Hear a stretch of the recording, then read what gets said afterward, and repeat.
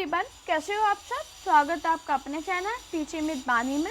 Friend, जैसा कि आपको पता है रोज़ शाम 8 बजे हमारे चैनल पर हिंदी की क्लास होती है। उसके अकॉर्डिंग हम अपनी आज की क्लास को स्टार्ट करेंगे। आज का हमारा पहला क्वेश्चन है, ब्रज माधुरी सार किसका इतिहास ग्रंथ है। ये बहुत ज़्यादा इम्पोर्टेंट क्वेश्चन है और काफ़ी बार पूछा गया है, तो आपको दोस्तों बता दें, जो ब्रज माधुरी सार है ये वियोग हरि का इतिहास ग्रंथ है। ये मोस्ट इम्पॉर्टेंट क्वेश्चन है, अगर आप अपने नोट्स बनाते हो उसमें जरूर लिखना। हमारा अगला क्वेश्चन है, सिद्धों का प्रधान केंद्र था। तो आपको याद रखना, जो सिद्ध थे उनका जो प्रधान केंद्र था वो था श्री पर्वत। हमारा अगला क्वेश्चन है, नाथ मत के सिद्धों की सबसे प्राचीन सूची किस ग्रंथ में है। तो दोस्तों आपको याद रखना, जो नाथ मत है उनके सिद्धों की सबसे प्राचीन सूची है वो वर्ण रत्नाकर ग्रंथ में है। ये मोस्ट इम्पोर्टेंट क्वेश्चन है और पेपर में काफ़ी बारी आया भी है कि नाथ मत के सिद्धों की सबसे प्राचीन सूची किस ग्रंथ में। तो आपको याद रखना, ये थी वर्ण रत्नाकर में। हमारा अगला क्वेश्चन है, कौल मार्ग क्या है। तो आपको याद रखना, तो दोस्तों कौल मार्ग है ये है नाथ पंथ की मान्यता। मोस्ट इम्पोर्टेंट क्वेश्चन, अगर आपने नोट्स बना रहे हो तो उसमें लिखना, वरना ये पीडीएफ है, ये मैं अपने टेलीग्राम चैनल पर सेंड कर दूंगी, तो आप उस पर जाकर डाउनलोड कर लेना और रिवीजन मारना। एक बार क्लास पढ़ना, रिवीजन मारना, तो आपको याद हो जाएंगे। दोस्तों अगर वीडियो पसंद आए तो वीडियो को लाइक, चैनल को सब्सक्राइब, अपने दोस्तों से वीडियो को शेयर जरूर करना। हमारा अगला क्वेश्चन है, सरस्वती निलय किसे कहा गया। तो दोस्तों आपको याद रखना, जो सरस्वती निलय है वो पुष्प दंत को कहा गया। Most important question. हमारा अगला इम्पोर्टेंट पॉइंट, आचार्य हेमचंद का वास्तविक नाम क्या है। तो दोस्तों जिसने भी मेरी क्लास नहीं पढ़ी, जिसमें मैंने सभी के वास्तविक नाम और उपनाम पढ़ाए हैं, तो वो क्लास जरूर देखना। वो बहुत ज़्यादा इम्पोर्टेंट है पेपर में, क्योंकि कभी क्या होता है, नाम ना देकर उनका वास्तविक नाम या उनको उपनाम दे देते हैं, तो आपको वो भी याद रखने हैं। तो आपको इधर पे हेमचंद का जो वास्तविक नाम है वो है चंगदेव। ये पेपर में पूछा गया। आप सभी लोग क्यों बोल रहे होंगे कि मैम सभी पूछे गए क्या क्वेश्चन में। हाँ, ये सभी पूछे गए, क्योंकि ये सभी प्रीवियस क्वेश्चन पेपर से लिए गए हैं। आप लोगों को बहुत पेपर हैं, सभी के कोई ना कोई पेपर लगा है, इसलिए मैंने सभी एग्जाम से जो इम्पोर्टेंट मुझे क्वेश्चन लगे वो मैंने आपके लिए निकाले हैं। ये इम्पोर्टेंट पॉइंट है सभी। हमारा अगला क्वेश्चन है, कुमार प्रतिबोध किसकी रचना है। तो दोस्तों आपको याद रखना, जो कुमार प्रतिबोध है ये सोमप्रभ सूरी की रचना है। मोस्ट इम्पोर्टेंट पॉइंट, पेपर में काफ़ी बार ये 3 से 4 बार रिपीट हुआ है, तो इम्पोर्टेंट है।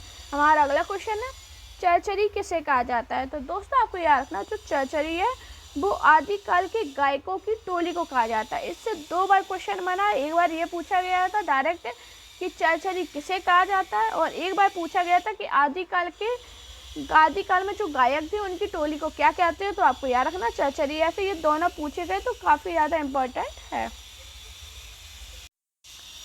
दोस्तों आप सभी लोग कमेंट में बताना कि आपको मेरी क्लास कैसी लगती है, और दोस्तों ये ज़रूर बताइए कि आप लोग की पढ़ाई कैसी चल रही है इस टाइम पे, क्योंकि एग्ज़ाम का माहौल है। ज़्यादातर सभी के एग्ज़ाम लगे हैं, कुछ आने वाले हैं नोटिफिकेशन और कुछ आ चुके हैं। तो आप लोग मुझे कमेंट में बताओ आपकी तैयारी कैसी चल रही है और आप किस एग्ज़ाम की तैयारी कर रहे हो, तो मैं उन एग्ज़ाम के भी प्रीवियस क्वेश्चन पेपर आपको कराऊंगी। साथ में दोस्तों जल्दी हम पीजीटी की फ्री क्लास आपके लिए ला रहे हैं, तो आप टेंशन मत लीजिए। मुझे काफ़ी लोग कमेंट कर रहे थे कि मैम प्लीज़ पीजीटी का पढ़ाइए, तो उसकी आपको फ्री क्लास मिलेगी। बस आपको करना क्या है, चैनल को सब्सक्राइब जरूर करे रखना, जिससे वीडियो आए, नोटिफिकेशन आए, तो आपको पता चल जाए कि हाँ अब क्लास स्टार्ट हो चुकी है, जल्दी आने वाली है। थोड़ी स्वास्थ्य ठीक नहीं है, इस वजह से अभी नहीं आ पाई थी, लेकिन मैं जल्द ही लाने वाली हूँ। हमारा अगला क्वेश्चन है, गंगा भक्ति तरंगिणी किसका ग्रंथ है। तो आपको याद रखना, जो गंगा भक्ति तरंगिणी है ये गणपति ठाकुर का ग्रंथ है। हमारा अगला क्वेश्चन है, कवि रंजन किसे कहा जाता है। तो दोस्तों आपको याद रखना, कवि रंजन है ये विद्यापति को कहा जाता है।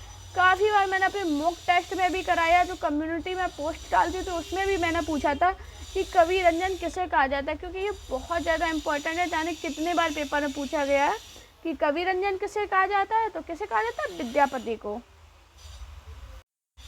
हमारा अगला क्वेश्चन है, हिंदी तथा अपभ्रंश के युद्ध प्रधान रस काव्य कौन से हैं। तो दोस्तों आपको याद रखना है, जो हिंदी तथा अपभ्रंश के युद्ध प्रधान रस, इधर क्या बोला था, युद्ध प्रधान रस काव्य कौन सा है आपका कौन सा है, हम्मीर रासो और बाहुबली रास, ये दोनों पेपर में पूछे गए थे, इसलिए मैंने आपको दोनों बता दिए इधर पे।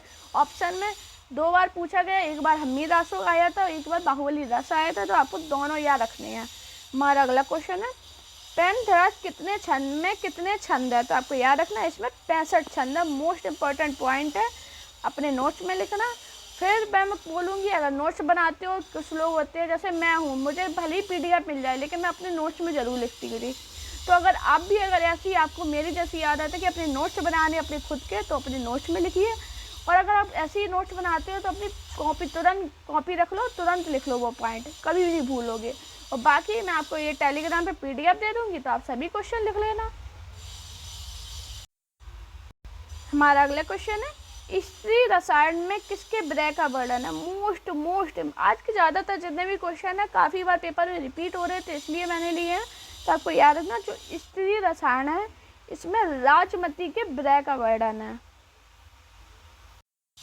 हमारा अगला क्वेश्चन है, अपभ्रंश का व्यास किसे कहा जाता है। मोस्ट इंपॉर्टेंट पॉइंट, अपभ्रंश का व्यास किसे कहा जाता है, तो आपको याद रखना, जो अपभ्रंश के व्यास है वो पुष्पदंत को कहा जाता है।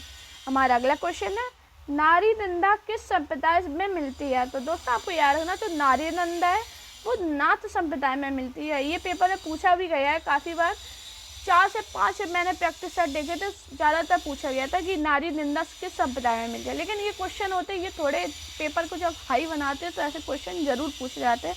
आपको याद रखना, जो नारी निंदा है वो नाथ संप्रदाय में मिलती है। हमारा अगला क्वेश्चन है, आदिकाल में मनोरंजन साहित्य की रचना किसने की। तो दोस्तों जो आदिकाल में मनोरंजन साहित्य की रचना है वो अमीर खुसरो ने की थी। दोस्तों अगर आपको मेरी वीडियो पसंद आया करे, मेरी मेहनत पसंद आया करे, तो प्लीज़ उस मेहनत के लिए एक प्यारा सा कमेंट कि आपको मेरी क्लास कैसी लगती है। और दूसरा, आप मेरे चैनल को सब्सक्राइब कीजिए और अपने दोस्तों के साथ वीडियो को शेयर कीजिए, जिससे मुझे और मोटिवेशन आएगी। हाँ, आप लोग इतने प्यारे प्यारे कमेंट करते हो, उसके लिए बहुत ज़्यादा धन्यवाद। लेकिन मैं फिर भी कहूँगी, आप प्लीज़ मुझे कमेंट कीजिए, शेयर कीजिए और चैनल को सब्सक्राइब कीजिए। हमारा अगला क्वेश्चन है, आदिकाल का कौन सा ग्रंथ शिलाओं पर लिखा है। तो दोस्तों आपको याद रखना, जो आदिकाल का राउलवेल ग्रंथ है ये शिलाओं पर लिखा है। ये बहुत बार पूछा गया क्वेश्चन है, ये हिस्ट्री में भी एक बार पूछा गया था कि आदिकाल का कौन सा ग्रंथ शिलाओं में लिखा गया है। तो आपको याद रखना वो राउलवेल। हमारा अगला क्वेश्चन है, चार्ल्स एलियट के कौन से ग्रंथ का प्रकाशन करवाया था। आपको याद रखना, जो चार्ल्स एलियट है इन्होंने अल्लाह खंड का ग्रंथ का प्रकाशन करवाया था। हमारा अगला क्वेश्चन है, आदिकाल के आधार काल किसने कहा। तो आपको याद रखना, जो आदिकाल का आधार काल है ये सुमन राजे ने कहा। ये भी बहुत ज़्यादा इम्पोर्टेंट पॉइंट है। हमारा अगला क्वेश्चन है, राउलवेल किस म्यूजियम में सुरक्षित है। तो दोस्तों आपको याद रखना, जो राउलवेल है ये प्रिंस ऑफ वेल्स मुंबई में के म्यूजियम में सुरक्षित है। ये पेपर में बहुत बार पूछा गया था, हिस्ट्री में भी और हिंदी में भी पूछा गया। तो आपको याद रखना, जो राउलवेल है ये प्रिंस ऑफ वेल्स म्यूजियम में सुरक्षित है। हमारा अगला क्वेश्चन है, हिंदी में नखशिख वर्णन किस ग्रंथ में माना जाता है। तो दोस्तों आपको याद रखना, जो हिंदी में नखशिख वर्णन है वो राउलवेल के ग्रंथ में माना जाता है। हमारा अगला क्वेश्चन है, उक्ति व्यक्ति प्रकरण में कितने भागों में विभक्त है। तो आपको याद रखना, जो उक्ति व्यक्ति प्रकरण है ये 5 भागों में विभक्त है। हमारा अगला क्वेश्चन है, उक्ति व्यक्ति प्रकरण की रचना का उद्देश्य क्या था। तो क्या था, राजकुमारों को स्थानीय भाषा सिखाना। ये पेपर में पूछा गया था कि उक्ति व्यक्ति प्रकरण की रचना का उद्देश्य क्या था, तो वो था राजकुमारों को स्थानीय भाषा सिखाना। हमारा अगला क्वेश्चन है, तेजस्करा ए सुमरा ए हिंदी किसका इतिहास ग्रंथ है। तो आपको याद रखना, जो ये इतिहास ग्रंथ है ये है मौलवी करीमुद्दीन का। हमारा अगला क्वेश्चन है, भाषा काव्य संग्रह किसका इतिहास ग्रंथ है। तो दोस्तों ये जो भाषा काव्य संग्रह है ये महेश चंद्र शुक्ल का इतिहास ग्रंथ है। हमारा अगला क्वेश्चन है, ए स्केच ऑफ हिंदी लिटरेचर किसका इतिहास ग्रंथ है। तो दोस्तों जो ए स्केच ऑफ हिंदी लिटरेचर ग्रंथ है वो है एडविन ग्रिफ्स का। फ्रेंड, अगर आपको मेरी वीडियो पसंद आई हो तो वीडियो को लाइक कीजिए, चैनल को सब्सक्राइब कीजिए और अपने दोस्तों के साथ इस वीडियो को शेयर कीजिए। साथ में आप मेरे टेलीग्राम अकाउंट टीचिंग विद वानी और मेरा इंस्टाग्राम अकाउंट वानी शर्मा ऑफिशियल में मुझे फॉलो कीजिए।